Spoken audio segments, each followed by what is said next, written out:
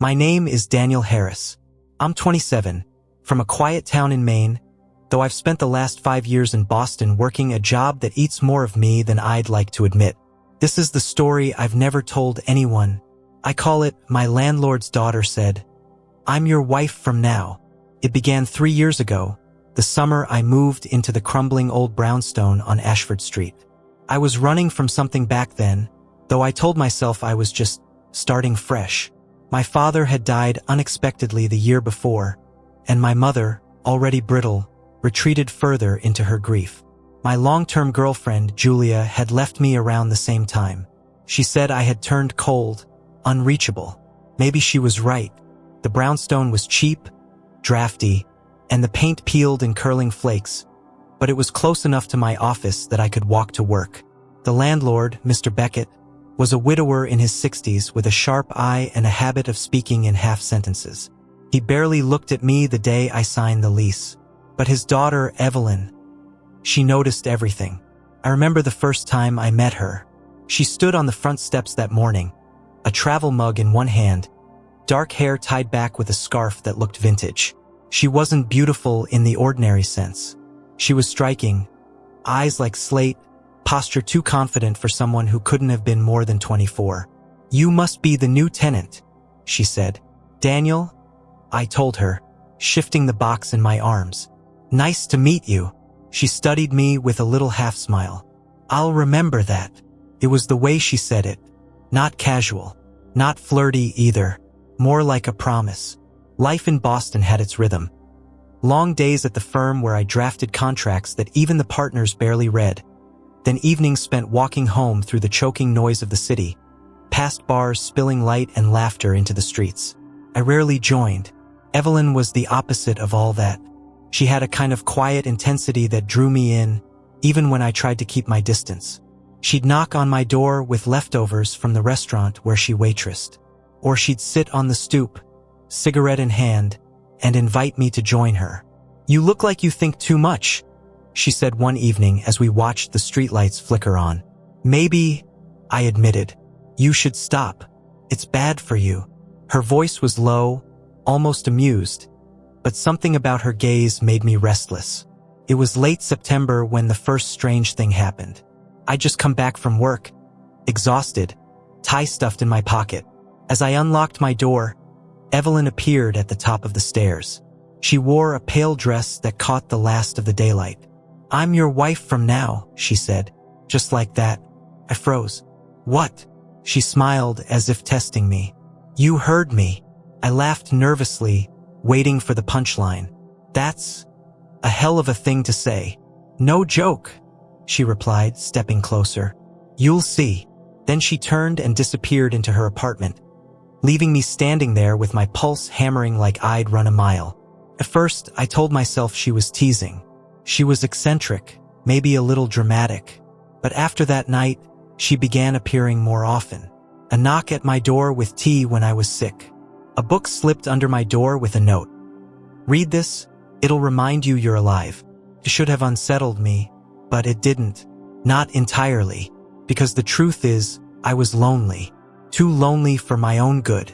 And Evelyn had a way of making me feel seen. Still, something about her lingered on the edge of wrong. At work, I found myself distracted, rereading the same paragraphs of contracts while my boss, Whitaker, droned on about billing hours. My colleagues started whispering about my lack of focus. One night, after drinks with a few associates, my friend Claire pulled me aside. "Dan, you've been off. You okay?" "Yeah, just a lot on my mind." "Work?" I hesitated, then shook my head. "Home." "Home?" she repeated. "As in woman trouble?" I forced a laugh. "Something like that." I didn't tell her Evelyn's words echoed in my head when I tried to sleep. "I'm your wife from now." The first time Evelyn kissed me, it was raining. I'd come home late, drenched, my umbrella turned inside out by the wind. She opened her door just as I was passing. "You'll catch pneumonia," she said, tugging me inside before I could protest. Her apartment smelled faintly of old books and lavender. She handed me a towel, then stepped close enough that I could feel the heat of her. "Evelyn," I started. But she didn't let me finish. She kissed me, quick and fierce, like she'd been waiting. When she pulled back, her eyes searched mine. "See? You didn't hate that." "I didn't. God help me, I didn't." After that, lines blurred. We weren't together, not officially, but she was everywhere in my life. She'd text me at odd hours, asking what I was doing. She'd show up outside my office, waiting. She even met me for lunch once, startling Claire, who later said Evelyn seemed intense. The word stuck with me. Intense. That was Evelyn. But there were darker moments, too. Times she grew quiet, withdrawn, staring at nothing with an expression that made me shiver. Once, I caught her watching me from the window as I left for work, her face unreadable. And then there was her father. Mr. Beckett never spoke much, but when he did, it was always curt. Lately, though, I noticed the way he watched me when Evelyn was near, as if he knew something. One evening, I passed him in the hallway. He stopped me with a hand on my arm. "Careful," he muttered. His voice was rough, tired. "My daughter. She gets ideas." I frowned. "What do you mean?" But he only shook his head and walked away. By winter, I was caught in something I couldn't name. Evelyn and I weren't lovers, not exactly, but she was in my blood now. She'd call me husband in private, half teasing, half serious, and every time she did, I felt a strange mixture of dread and desire. One night, after too many drinks at the office holiday party, I came home to find her waiting on the steps. "You belong to me, Daniel," she whispered as she helped me inside. "Don't forget that." Her words should have frightened me, and they did, but they also thrilled me in a way I didn't understand. That was the night I realized I wasn't in control anymore. Not of her, not of myself. And that's when the real story began. After the night of the holiday party, something shifted between us. It wasn't spoken outright, but Evelyn acted as if I'd finally crossed some invisible line. She didn't ask permission anymore to enter my space. She simply appeared. A knock, then the creak of my door opening before I could answer. First, I let it happen. Maybe because I wanted to, maybe because I was too tired to resist.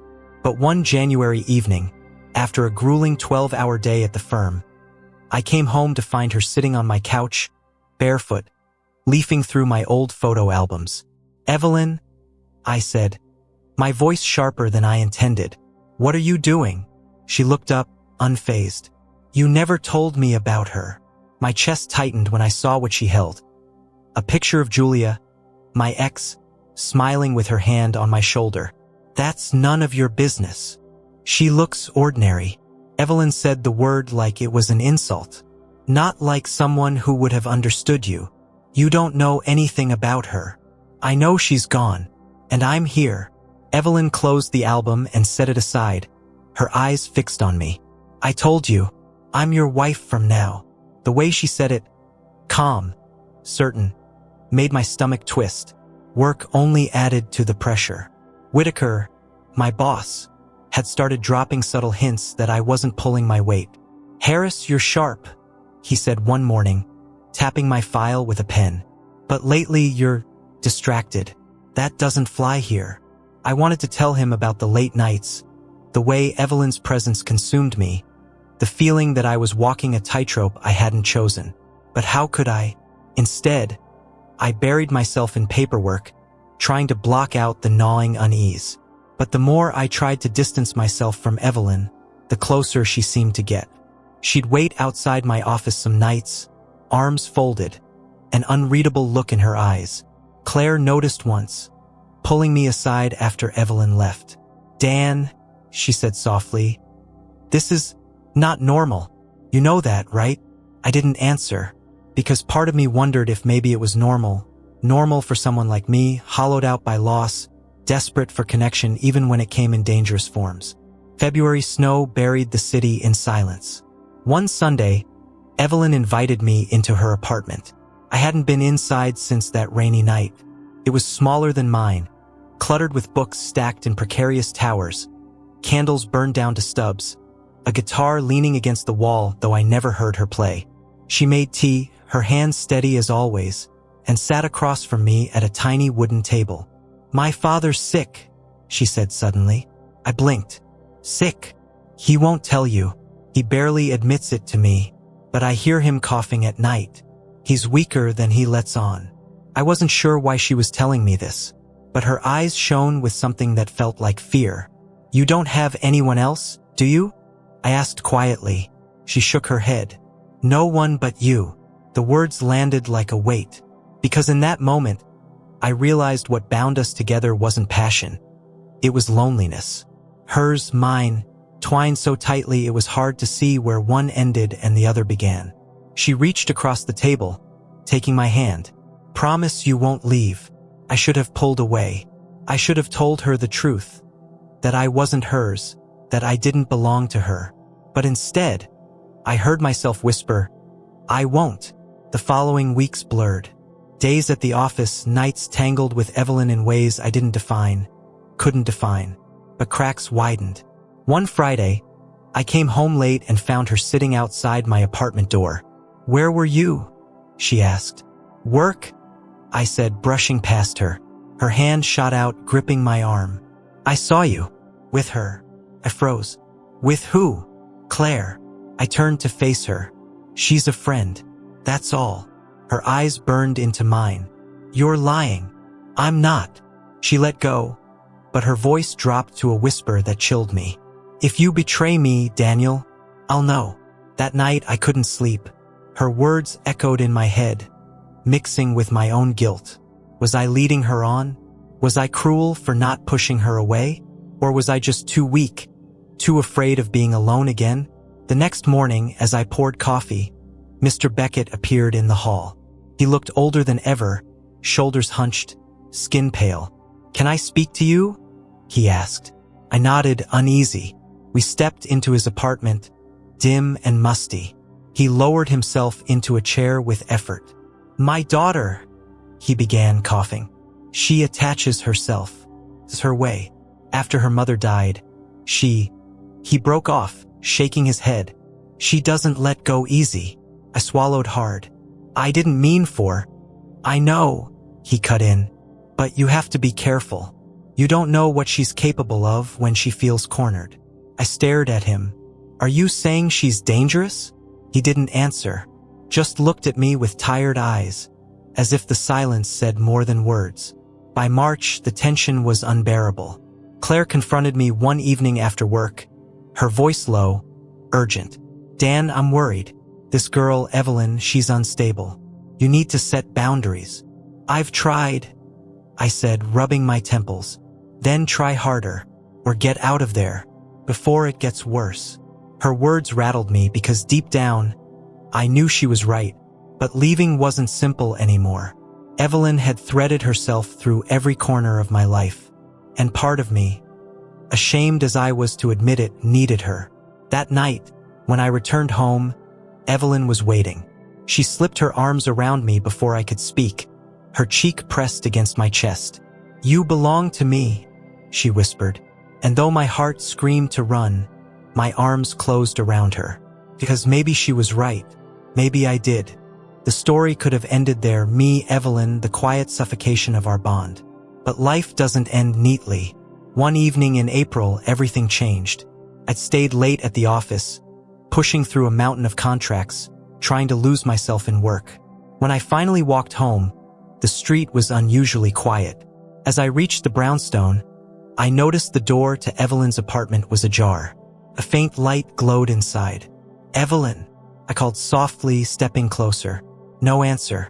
I pushed the door wider and froze. The apartment was empty, completely empty. The books, the candles, the guitar gone. As if she'd never lived there. And on the bare wooden floor, a single photograph lay face down. I bent to pick it up, my hands trembling. It was a picture of me, sitting on the stoop, reading a book, taken without my knowledge. On the back, in neat handwriting, were 4 words. I'm your wife now. I stood in the center of Evelyn's bare apartment, my breath fogging in the cold spring air.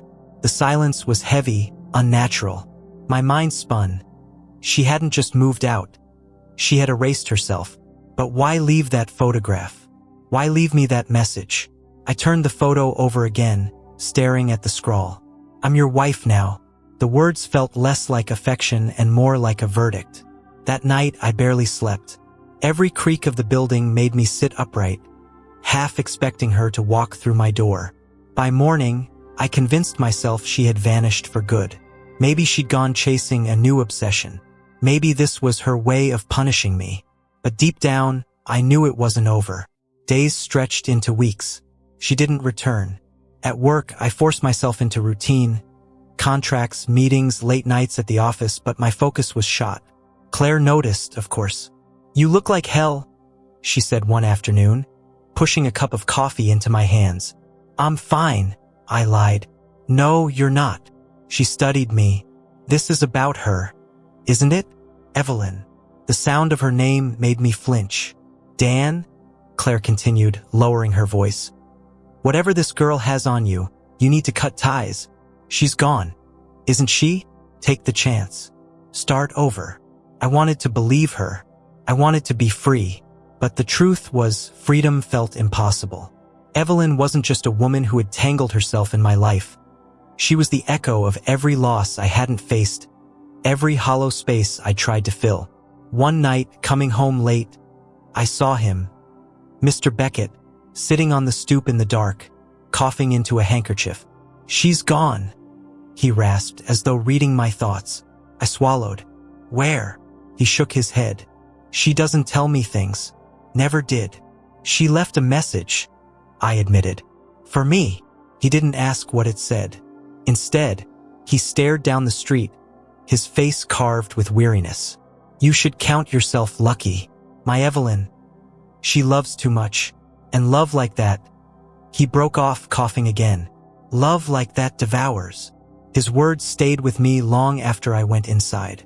Summer came, humid and heavy. I tried to move on. I even started spending more time with Claire. Long walks, dinners that weren't quite dates, but hovered close. She had a steadiness I craved, something safe. But Evelyn's absence was a presence in itself. Some nights I swore I felt her eyes on me, the way I had when she used to watch me from the window. I'd wake in the dark, heart pounding, convinced she was standing in the room. Then, one August evening, I came home to find an envelope slid under my door. No return address, just my name scrawled across the front. Hands shaking, I tore it open. Inside was another photograph, this one of me and Claire, laughing outside a cafe, taken just days ago. On the back, "You promised you wouldn't leave." My knees nearly buckled. She was still here, watching. The following days were a blur of paranoia. Every street corner, every shadow felt like her. At work, I caught myself glancing at the windows, half expecting to see her face pressed against the glass. Claire noticed my jumpiness. "Dan," she said one evening as we left the office, "are you looking over your shoulder for someone?" I almost told her, almost confessed everything. But what would I say? That my landlord's daughter believed she was my wife? That she disappeared, but somehow still haunted me? Instead, I muttered, "Just tired." But Claire wasn't fooled. Everything came to a head one stormy night in September. I was alone in my apartment, rain pounding against the windows, when I heard it. A faint knock at the door. My chest tightened. Slowly, I crossed the room and opened it. No one. But on the floor, another envelope. Inside was the first photograph she'd left me, the one of me on the stoop. Only now, across my face, she'd scrawled a single word in thick black ink, "Mine." That was when I broke. I stormed down the hall, pounding on Mr. Beckett's door until he opened, pale and trembling. "She's back," I hissed. "Evelyn, she's watching me. You knew this would happen, didn't you?" He sagged against the doorframe. "Son, Evelyn's gone." "Gone where?" His eyes glistened. "She died. In April." The words knocked the air out of me. "What are you talking about?" She wasn't well. She had her mother's sickness. Heart. Doctors warned her for years." His voice cracked. "I found her in her apartment. She never wanted anyone to know." I stumbled back, shaking my head. No, that's not possible. I've seen her. She left me things." His gaze was hollow. "Grief plays tricks. She loved you, maybe too much, but she's gone. I don't remember how I got back to my apartment that night. The storm outside roared, but inside, silence pressed in like a weight. I sat on the floor with the photographs spread before me, staring at her handwriting, the messages, the proof she had been here. Yet, hadn't I noticed? The envelopes were always unmarked. The photographs could have been taken months ago. My memories of her, the details, suddenly blurred at the edges. Had I been chasing a ghost all along? Or had I created one, out of my own need not to be alone?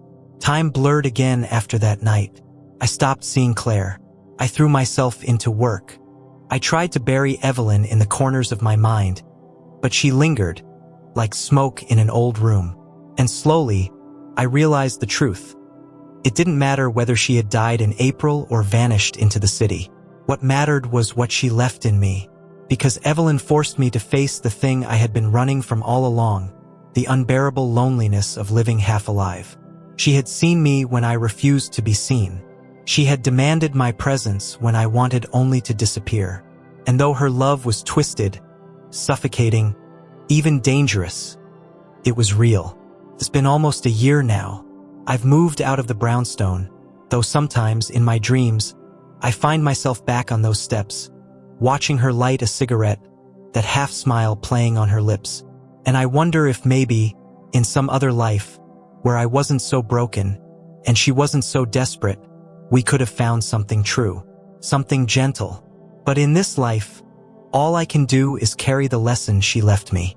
That love, real love, cannot be claimed, cannot be forced, cannot be written in ink across another person's face. Love is only ever given, never taken. And loneliness will make you believe in ghosts if you let it. So I try not to. I try every day to choose the living, because that's the only way forward.